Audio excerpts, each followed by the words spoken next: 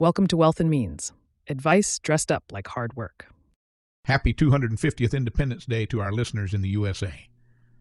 It's episode 39. Let's get into it. This week, we're chasing the stuff that's hiding in plain sight. We've got off-grid radios, boring office acoustics, and a spritz that quietly dethroned a decade-long favorite. All signals that were accelerating under the radar this week, while the headlines were looking somewhere else. Then we swing into Wake Up Ready, where we map the week ahead. A Fed minutes release with a new chair's fingerprints on it, 2 tariff deadlines stacking up, and a fresh crop of IPOs finding out what the aftermarket really thinks of them. After that, it's Knowledge Bomb, Humor Me, our greater debate, and we close with Let's Invent Again, a story about a scientist, a shovel, and the dirt everyone else was stepping over. If there's a thread this week, it's that the loud stuff and the valuable stuff keep showing up in different zip codes. Let's go. Each week, we explore ideas that help you pause, reflect, and think more deeply about the opportunities all around you. It's the perfect mix. A little information, a few stats, some real-world insights, and just enough deep talk to make you feel smarter before your second cup of coffee. A quick thank you to our sponsor, agentweekly.ai, chronicling the absurd, the ambitious, and the algorithmically challenged corners of the AI agent economy. Let's start underground, literally, with the radios nobody's marketing to you. Over the last week, a quiet corner of the internet has been obsessing over something called Meshtastic, open-source firmware that turns a $20 to $50 LoRa radio into a node on a private, decentralized mesh network. No cell tower, no ISP, no monthly bill. You send a text, it hops radio to radio until it finds its recipient, and the whole thing runs on a coin cell battery for weeks. This isn't new hardware. LoRa's been around for years, but what's changed is who's buying it and why. Hikers and preppers were the early crowd. Now it's suburban neighborhoods setting up shared local networks as a hedge against outages, and STEM classrooms using it to teach kids how radio waves and encryption actually work. Think of it as the analog version of keeping cash under the mattress. You hope you never need it, but the appeal is that it doesn't ask anyone's permission to work. The reason this is surfacing now is straightforward. More people are spending time in patchy coverage areas, and 2026's run of grid disruptions and service outages has made communication that doesn't depend on a single company feel less like a hobby and more like planning. Every big centralized system eventually creates its own black market for redundancy. This is just the radio wave version of a backup generator, and it's cheaper than a generator too. That same instinct, build your own resilient system instead of trusting the big one, is showing up somewhere you wouldn't expect: the office. While the headlines are still stuck on empty towers and commercial real estate write-downs, corporate occupiers who kept their space are quietly spending real money on acoustic and lighting design. Poor sound is consistently the #1 workplace complaint, so building owners are treating the floor plan like a set of tuned instruments. Fabric-wrapped panels here, activity-specific sound zones there, adaptive lighting calibrated to the time of day. One estimate puts the productivity gain from getting this right at 15 to 25%, which is the kind of number that gets a facilities budget approved. It's a strange pivot. For years, the story was how much space companies could shed. Now, for the space they're keeping, the fight is over how few square feet can be made to work harder, using sensory design instead of square footage as the lever. That's the tell. It's not a real estate story anymore. It's a cognitive performance story wearing a real estate costume. And it surfaced this week because 2026's office design trend reporting is converging on acoustics as the single line item every workplace consultant is now leading with. Funny how we're downsizing and we're spending more per square foot on what's left turned out to be the same corporate memo. That same substitution, spend more on the unglamorous input to get a better outcome, is exactly what's happening in industrial packaging right now. Mid-tier manufacturing podcasts spent the week buried in the biomaterials pivot, companies swapping petroleum-based foam and plastic for mycelium, that's mushroom root structure, and lab-grown collagen in product packaging. Dell and IKEA have already used mycelium packaging at commercial scale, and it turns out the stuff matches polystyrene on shock absorption while composting in a home bin within about 6 weeks. The real driver isn't a sudden outbreak of corporate conscience. It's the European Union's new packaging regulation, which phases in starting this August and requires recyclability by 2030. That's a hard compliance deadline with a hard revenue consequence. So, packaging suppliers who already own mycelium and biocomposite IP are seeing their order books swell months ahead of the requirement actually biting. The second order play here isn't the headline sustainability story. It's which mid cap materials science suppliers get to be the arms dealer for a regulation nobody else has priced in yet. Regulation is just a deadline with a stock price attached if you know which supplier already has the patent ready to go. Which brings us to a very different kind of substitution, one happening in how creators make money, not how factories package things. On media and marketing podcasts, the topic of the week was de-influencing, creators building bigger, stickier audiences by telling people what not to buy instead of what to buy. It sounds like the opposite of a business model, but 2026's creator marketing data backs it up. The industry is visibly breaking away from vanity metrics campaigns, and brands are shifting spend towards smaller, more trusted micro-creators, specifically because their skepticism reads as credibility. A recommendation that comes wrapped in, and here's what I'd skip, lands like a friend's advice instead of an ad, which is exactly the trust a saturated, algorithmically optimized feed has been steadily burning down. The second order effect lands on direct-to-consumer brands themselves. Traditional product placement is losing efficacy, so more of them are being forced into real transparency about ingredients, sourcing, and price, because the creators they're paying have realized that doubt is now a more valuable currency than hype. Turns out I wouldn't buy this is the most expensive sentence in marketing right now. And that same appetite for something unpolished and slightly hidden is exactly what's fueling one of the stranger stories in music right now, the corporate lo-fi machine. Audio engineer threads on X spent the week pulling back the curtain on how anonymous entities produce enormous volumes of generic, algorithm-friendly ambient and lo-fi tracks, tuned specifically for focus and sleep playlists, optimized track lengths, optimized metadata, built to dominate passive listening slots. The lo-fi and ambient category has grown its playlist follower base by roughly 340% since 2020, and the math is blunt. 200 tracks pulling 10,000 streams each can throw off something like $8,000 a month, with longer 10-minute cuts earning more per play than a radio-length song. What's new this week is the backlash. Independent musicians are increasingly vocal that AI-generated tracks, trained on whatever's already popular, are crowding the human catalog out of exactly the playlists that used to fund working artists. It's the financialization of background noise, and it's a bigger business than the genre's aesthetic, deliberately unremarkable, would ever let on. Nothing hides a cash machine better than something designed to be ignored. Speaking of things designed to look unremarkable, let's talk about a fashion trend that's the exact opposite of flashy, the fisherman aesthetic, sometimes called anglercore. For a few years, consumer fashion chased the mountaineering look. Technical shells, summit-ready everything. Now the pull is toward oilskin coats, heavy knitwear, and duffel coats, working-class maritime gear, not alpine gear.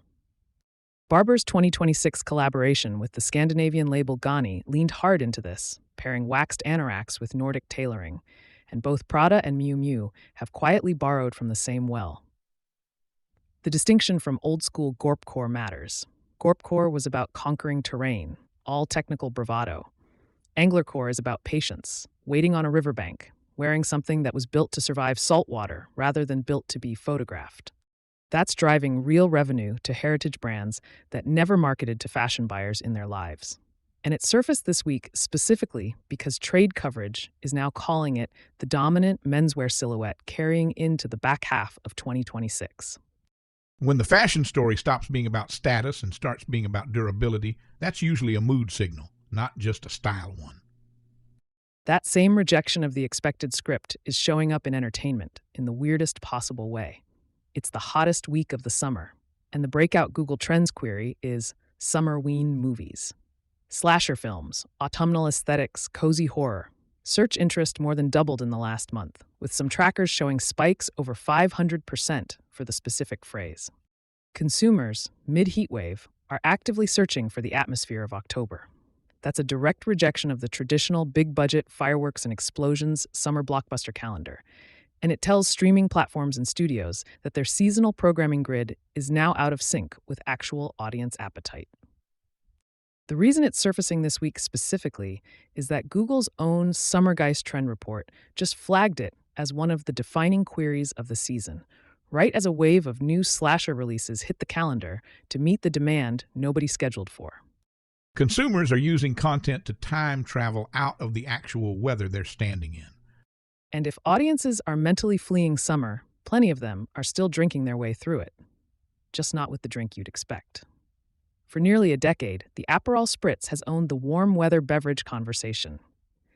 This week, Google Trends data confirmed the Hugo Spritz, Prosecco, elderflower liqueur, mint soda, has surged 2,200% against its historical baseline, and in more than a dozen states, it's now being searched more often than Aperol itself.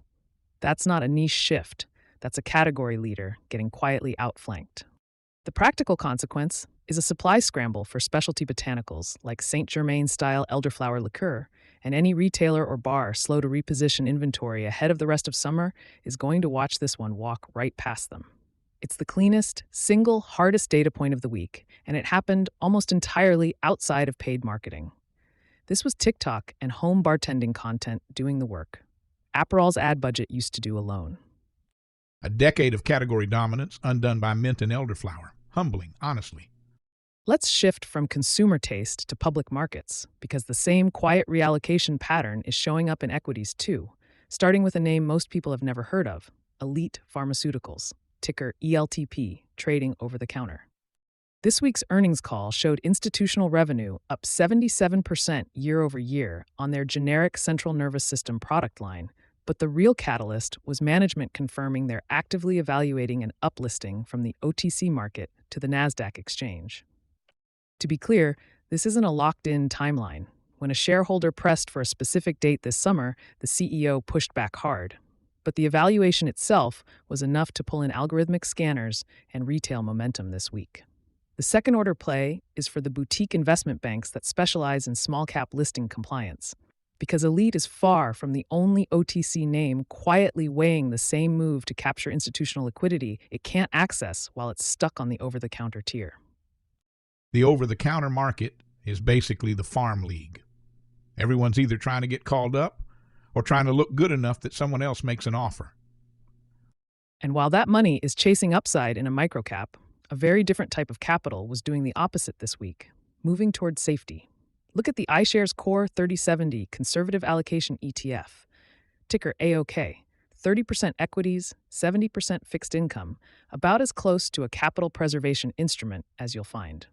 Reporting this week confirmed a large jump in short interest on the fund through mid-June, which sounds like a bet against safety until you remember what a short position in a defensive fund can also signal. Desks expressing a view that even conservative allocations are due for repricing, or hedging elsewhere by trimming exposure here. Either read points to the same place. Sophisticated money is actively repositioning around a calm market, not simply riding it. And that kind of quiet positioning rarely shows up in a headline because there's no dramatic price move attached to it, just a shift in who's willing to hold what. The scariest markets are the ones where nothing looks scary on the surface and everyone underneath is still quietly rearranging the furniture. And nowhere is that quiet rearranging more visible than in currencies, where the real story this week wasn't the dollar. It was the ruble and the yuan going in completely opposite directions. As the broader emerging market currency basket erased its 2026 gains under renewed dollar strength, the Russian ruble tumbled roughly 8.75%. The Chinese yuan, by contrast, weakened only about 0.3% over the same stretch and is still sitting on a roughly 2.8% gain year to date, near the top of the emerging market currency pack. That's a genuinely counterintuitive split hiding under a mainstream dollar is strong headline. One major non-Western economy's currency is fraying under pressure, while another is holding remarkably steady, largely because Beijing has actively managed the yuan's appreciation this year. The reason this matters beyond a currency chart is that China's July Politburo meeting is now the thing FX desks are quietly watching for signals on whether that managed strength continues, and a shift there would ripple through everything from Asian export competitiveness to dollar-denominated emerging market debt. Now let's wake up ready. Here's your macro weather report for the week of July 5th through July 11th, and there's real structural pressure building across at least 6 fronts. First, the Fed FOMC minutes from the June meeting drop Wednesday, July 8th, and this is the first set of minutes produced under new Fed Chair Kevin Warsh. The specific signal to watch isn't whether they mention inflation, of course they will. It's whether the language around financial conditions tightens or loosens relative to prior minutes, because that phrase is the Fed's preferred way of hinting at policy direction without committing to it. What's already priced? Markets are sitting at roughly 81% odds that the Fed holds rates steady at the actual policy meeting on July 29th, according to CME FedWatch as of this week. If Wednesday's minutes show hawkish language creeping back in, watch long-duration tech and small-cap financials. They're the most rate-sensitive corners of the market and the first to reprice if that 81% hold probability starts sliding toward a hike scare. A new Fed chair's first minutes are basically a Rorschach test. Everyone reads their own rate call into the same paragraph. Second, tariffs. And there are 2 separate clocks running at once. The EU's deadline to implement its side of a trade agreement lands today, July 4th, and the response from Washington plays out over the days immediately following. Separately, the Section 122 tariff, that 10% measure, is set to expire around July 24th on its 150-day limit, which means Congress has to actively extend or replace it, or it lapses automatically. What's already priced? Very little, honestly. Most trade desks are treating this as background noise because tariff deadlines have passed before without full-blown escalation. The second-order consequence, if that assumption breaks, watch import-heavy retailers and auto parts suppliers specifically because they carry the thinnest margin cushion against a sudden tariff snapback, and they're the first names that get cut on any headline suggesting Section 122 lapses without a replacement. Deadlines that keep getting extended train the market to stop pricing them until the one time they don't get extended. Third, that USMCA question is still hanging over North American trade after last week's July 1st deadline passed without a renewal. Canada and Mexico were ready to extend, the US wasn't. So instead of expiring, the agreement now runs on a 10-year countdown clock while the 3 countries try to fix their disagreements. Watch specifically for whether USTR sets a formal renegotiation calendar this week, because a defined timeline would calm cross-border auto and agriculture supply chains, while continued ambiguity keeps a discount baked into Mexican peso-denominated manufacturing plays. It didn't expire, it just started a 10-year clock is not the reassurance it's dressed up to be. Fourth, earnings. The big banks kick off Q2 reporting the following Tuesday, July 14th, with Wells Fargo and JP Morgan both on the docket. That's just past our 7-day window, but positioning starts now. The specific signal to watch isn't the headline EPS beat. It's whether guidance language centers on loan growth versus cost containment, because that's the tell on whether banks think the back half of the year is about expansion or defense. What's already priced? Analysts are broadly modeling double-digit revenue growth continuing from Q1's pace. If guidance skews toward cost containment instead of loan growth, watch regional banks and consumer discretionary lenders. That's where the read-through hits hardest, because it signals the majors see softening credit demand before it shows up anywhere else after noon. When the biggest banks in the country start talking about costs instead of growth, that's not caution, that's a forecast. Next, capital markets. Last week's IPO batch is now trading on its own for the first time, and this week is the real test. Bending Spoons priced at the $27 midpoint for a roughly $1.6 billion raise, and Lime raised about $174 million at its NASDAQ debut, both now facing their first full week of unprotected aftermarket trading without the pop day hype cushioning them. Watch whether either stock holds above its offer price by Friday, because that's the signal institutional allocators use to decide whether to participate in the next consumer tech listing, rather than sitting it out. The next concrete catalyst is India's SBI Funds Management IPO, opening July 14th through 16th, a reminder that the IPO window itself is global, not just a NASDAQ story. If Bending Spoons and Lime both hold their offer price, expect the back half of July's IPO calendar to get more aggressive on pricing. If either breaks issue price this week, expect the next few deals to price conservatively and lean on anchor investors instead of broad retail allocation. The first week of trading is when an IPO stops being a marketing pitch and starts being a stock, a momentum trade, a short, and all the other things we can do with equities. Sixth, and this is the backdrop everything else sits on, yields. The 10-year Treasury closed last week at 4.49%. Still inside the 4 to 4.5 range, it's mostly held since March. What's already priced? A gradual drift toward the mid-threes by year-end, contingent on continued Fed easing. The second-order consequence to watch is what happens to regional bank net interest margins and to rate-sensitive REITs if that drift stalls instead of continuing. A stuck 10-year keeps borrowing costs elevated exactly where housing and small business credit are already showing strain. My personal watch for this week: keep an eye on how the yuan behaves around China's July Politburo meeting. If Beijing signals it's comfortable with continued yuan strength, while the rest of the emerging market basket keeps bleeding against the dollar, that's a capital flow story with legs. It would make Chinese assets look like the one clean shirt in a pile of laundry, and global allocators tend to notice that kind of divergence before it shows up in any headline. And that is how you wake up ready. Here's the knowledge bomb. Small modular reactors, SMRs, are basically nuclear power's attempt to stop being a cathedral and start being an appliance. A traditional nuclear plant is enormous, billion-dollar-plus scale, years of construction, giant political fights, and enough concrete to make a Roman emperor blush. An SMR is the smaller version, usually under 300 megawatts per module. The pitch is simple. Build it in a factory, ship it to the site, assemble it faster, and repeat the same design often enough that nuclear starts looking less like a custom mega project and more like infrastructure manufacturing. That's the dream. Here's the consumer translation, because this isn't really about nuclear vibes. It's about cents per kilowatt hour. Your electric bill is priced in kilowatt hours. Your phone charger takes a tiny sip, your dryer takes a gulp, your air conditioner takes a fire hose. It's all kilowatt hours. SMR economics usually get discussed in megawatt hours, so let's convert. A projected SMR cost of $60 per megawatt hour comes out to about 6 cents per kilowatt hour. $100 per megawatt hour is about 10 cents.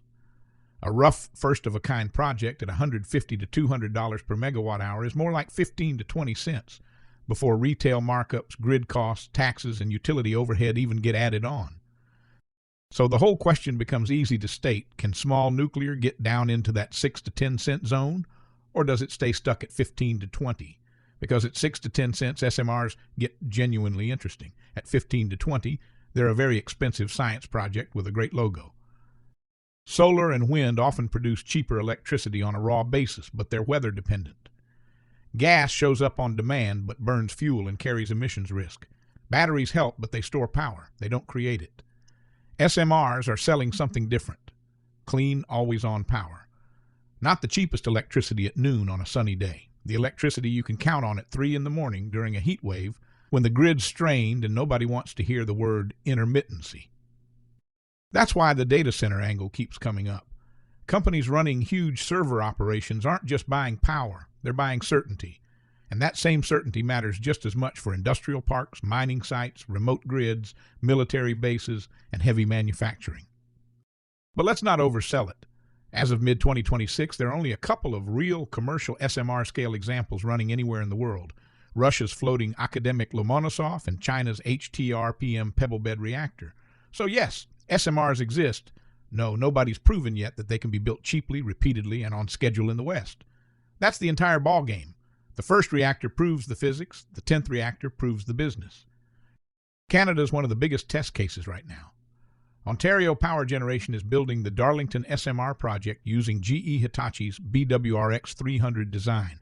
1 unit at roughly 300 megawatts, 4 units at about 1,200 megawatts, which is basically a full-size power plant built module by module. If that comes in on time and on budget, it's a major proof point. If it runs late and expensive, it becomes another nuclear cautionary tale. And fuel isn't really the sticking point. Most near-term SMRs run on uranium fuel similar to existing reactors. Some advanced designs need a more enriched fuel called HALEU, which does have a supply chain bottleneck, but that's not where the big cost lives. The big cost is construction, financing, licensing, and delay. In nuclear, the fuel rod doesn't kill you. The calendar does. So here's the knowledge bomb. SMRs aren't magic. They're a bet that nuclear can become repeatable. If every project stays custom, slow, and political, SMRs lose. If the industry can standardize designs, get regulators comfortable, build out supply chains, and make the second, third, and fourth unit cheaper than the first, SMRs become one of the most important energy stories of the 2030s. The future grid needs three things at once: cheap power, clean power, reliable power. And most sources give you two of the three and make you fight for the third. SMRs are trying to offer all three at once, but they only become real when the price drops from experimental nuclear down to boring utility math. That's the actual milestone, not when the first SMR turns on, when nobody bothers to notice because the next one's already under construction. And that's the knowledge bomb. Humor me. Warren Buffett said at this year's Berkshire meeting that we've never had people in a more gambling mood than now. Market's like a church with a casino attached, and lately the casino's gotten very attractive. Funny, because we've built public companies for every layer of that casino. Stock in the app that takes your bet. Stock in the exchange that lists the app. Stock in the company selling data on the people betting on the app. Not capitalism anymore. Financial lasagna. Layer 1, betting on a Tuesday baseball total. Honest, it tells you what it is. Layer 2, trading a stock because the CEO has aura. That's not due diligence. That's astrology with a brokerage account. But here's the twist. The cleanest business in the building isn't the sports book. It's the exchange. The NASDAQ doesn't care if you're right. It just needs you to show up, change your mind, and pay a toll each time. The sportsbook takes the other side of your bet. The exchange just charges admission. So Buffett's right. The casino's everywhere. The only question left is which one you are. Pulling the lever, renting out the lever, or the toll road collecting a fee every time somebody mistakes movement for progress. The real lesson, in a gambling mood, the smart bet is asking who owns the table. There are debates that stop your scroll, and there are debates that clear the dinner table. It's time for the greater debate. The room is small and doesn't try to hide it. 2 lecterns, no slides, no phone buzzing with a payment reminder. A whiteboard in the corner still carries half an equation nobody erased. It's the kind of room built for an argument, not a lecture. Waiting, not empty. On one side, Max Levchin, fintech builder, the man who looked at the credit card and decided the whole architecture could be replaced. On the other, Benjamin Franklin, printer, diplomat, and history's most stubborn advocate for the household ledger. Neither man sits. Neither man reaches for water. Tonight's question sounds small enough to fit on a receipt. Is buy now, pay later a cleaner upgrade to consumer credit, or debt wearing better lighting? 250 years apart, and somehow neither of them looks out of place holding the same argument. Levchin goes first. He doesn't raise his voice. The revolving balance, he says, is one of the great quiet inventions in American life. A purchase becomes a payment becomes a minimum becomes a fog bank, and somewhere in that fog, interest does what interest does best. It multiplies while you're busy living your life. He's not defending debt. He's attacking the incumbent. Fixed installments aren't perfect, but they're legible. 4 payments, 6 payments. An end date you can see from where you're standing. No trick where a $400 purchase develops the stamina of a mortgage. The room leans in. Everyone in it knows the difference between a balance that will get handled and a debt with a calendar. Levchin isn't finished. The credit score is a blunt instrument. It looks backward and calls that wisdom. My model underwrites the transaction, this amount, this borrower, this month. That's not just convenience. That's a more honest allocation of trust. Franklin lifts his eyes, not offended. Worse, interested. A known obligation, he says, is better than one that breeds in the dark. If the terms are honest and the buyer is sober, yes. Zero-interest financing can be perfectly rational. Nobody expected the man on the $100 bill to endorse checkout financing. A few heads turn toward each other. Somebody in the back row actually laughs, then stops, unsure if that was allowed. But Franklin didn't get here by being sentimental about cash. Liquidity has value.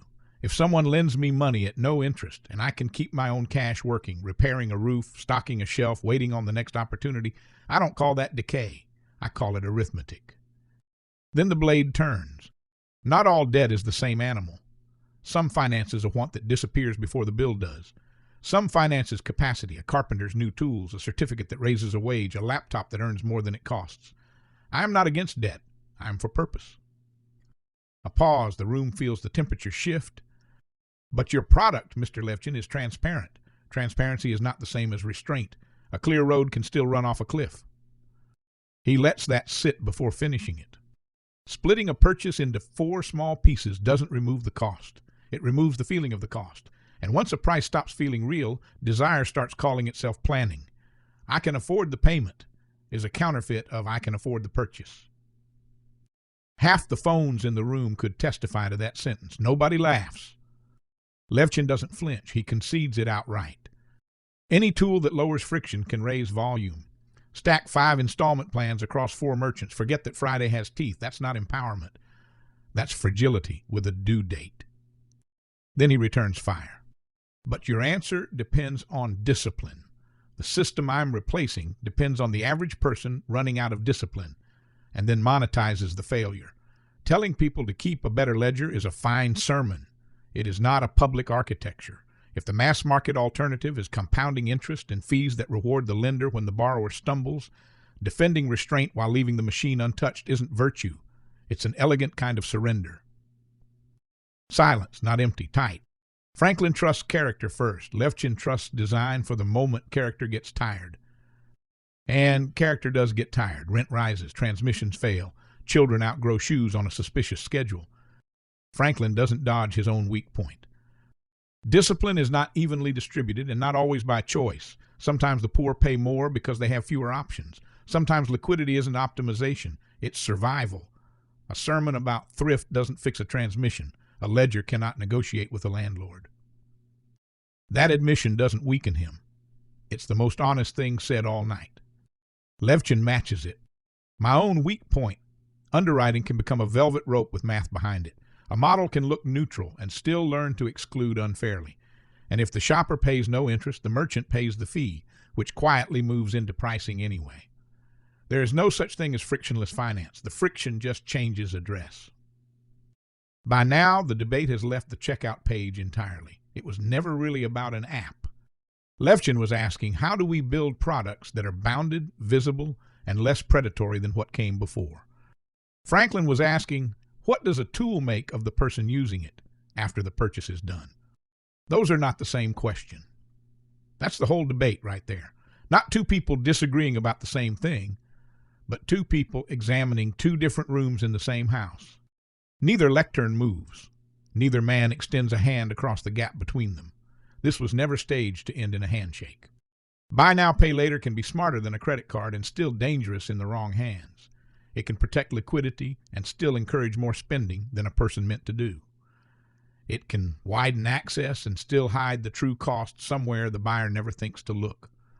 Which one it becomes has less to do with the branding on the app and more to do with the behavior standing behind it.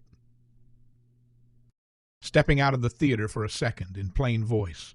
If you use one of these, read the schedule like Franklin would, and shop like Levchin's underwriting expects you to, as someone with a real finite budget, not an infinite one with a due date attached.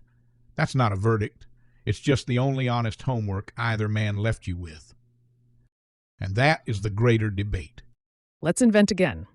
Every week, we spend part of this show looking for value hiding under something nobody thought to photograph.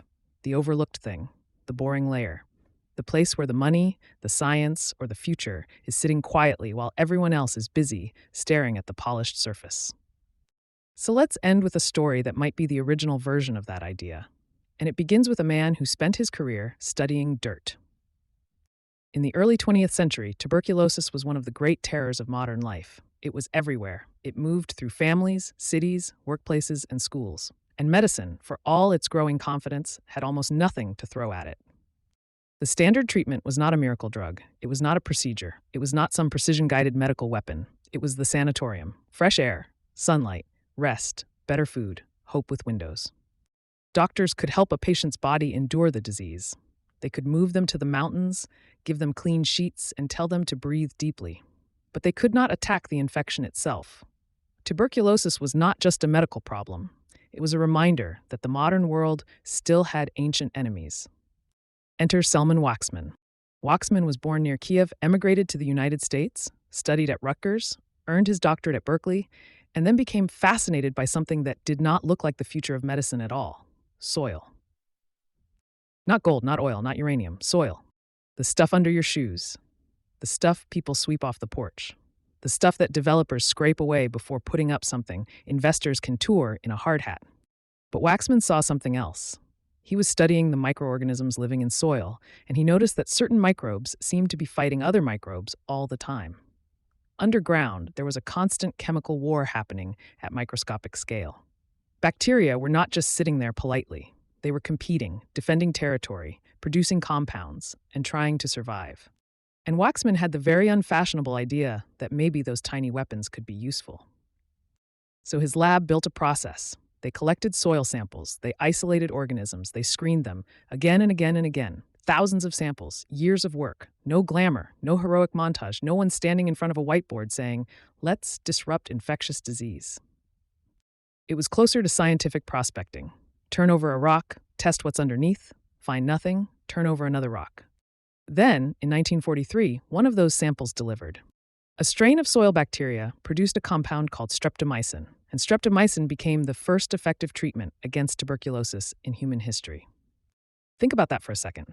One of the deadliest diseases on Earth met its match in ordinary dirt. That is the part of invention we love to clean up after the fact. We make it sound inevitable. We put the discovery in a textbook, name the compound, add the date, and move on. But at the time, it was not obvious. It was not glamorous. It was not located where the story would have told you to look. The answer was not in a palace of medicine. It was in a handful of soil from New Jersey. Waxman would later be credited with helping popularize the word antibiotic, and in 1952, he received the Nobel Prize. But the story doesn't stop with the drug, because the economics of discovery created a second invention, an institution. The royalties from streptomycin helped fund the Waxman Institute of Microbiology at Rutgers, along with a foundation that carried the work forward. One overlooked soil organism did not just help launch a new era in medicine, it seeded permanent research infrastructure. Labs, students, careers, generations of microbiologists trained inside the aftershock of one patient, repetitive, unglamorous search. That's the lesson. The breakthrough was not a lightning bolt in a shiny building. It was patience applied to something everyone else was walking past. And that may be the most important kind of invention to remember right now, because we live in a world obsessed with the visible frontier. The biggest model, the loudest launch, the most cinematic demo, the company with the cleanest investor deck, and the most dramatic founder photo. But history keeps whispering the same contrarian note. The future often begins in the places that look too boring to fund, too ordinary to brand, and too slow to explain on a stage. Sometimes the next industry is not hiding in the cloud. Sometimes it is hiding in the dirt. That's it for another episode of Wealth and Means, advice dressed up like hard work. We hope you enjoyed the arc. From soil microbes nobody photographs to a nuclear reactor nobody notices when it's working right. From off-grid radios to on-grid discipline, and from a 400-year-old ledger to an app built to replace it. The pattern was simple. Overlooked wins out. First principles are rarely flashy. Subscribe, rate, and share this episode. It helps more than you think. We do this for you to help you have a better week, a sharper mind, and maybe even a longer attention span. And a special thanks to our sponsor, agentweekly.ai. Till next time, stay curious. Stay kind. And keep compounding.